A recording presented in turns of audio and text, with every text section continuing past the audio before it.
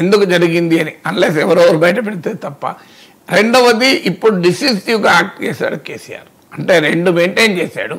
ఒకటి, కవితతో ఏంటి పేచి అనేది బయటికి రాకుండా ఆ కుటుంబ 4 గోడలు దాటకుండా జాగ్రత్త పడ్డాడు.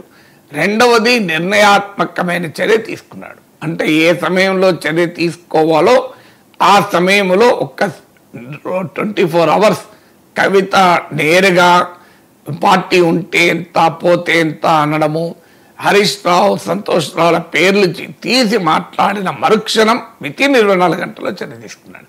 ఆ రెండు విషయంలో కేసీఆర్ చూపినటువంటి స్పీడ్ సహజంగానే రాజకీయ వర్గాలకు ఆశ్చర్యం కలిగించడమే కాదు, బీఆర్ఎస్ శ్రేణుల్లో సంతృప్తిని కూడా పెంచింది, జోష్ కూడా పెంచింది. అందుకే మీరు గమనించండి, కవిత పైన బీఆర్ఎస్ శ్రేణులు రెచ్చిపోతున్నాయి. ఎక్కడా బీఆర్ఎస్ శ్రేణుల్లో నిస్సారం కానీ, నిరాశ కానీ, నిస్పృహ కానీ, అయ్యో కవిత పోతే ఏమవుతుంది పార్టీ, మా పార్టీ భవిష్యత్తు ఏంటి అనేది ఎక్కడా లేదు మీరు గమనిస్తే.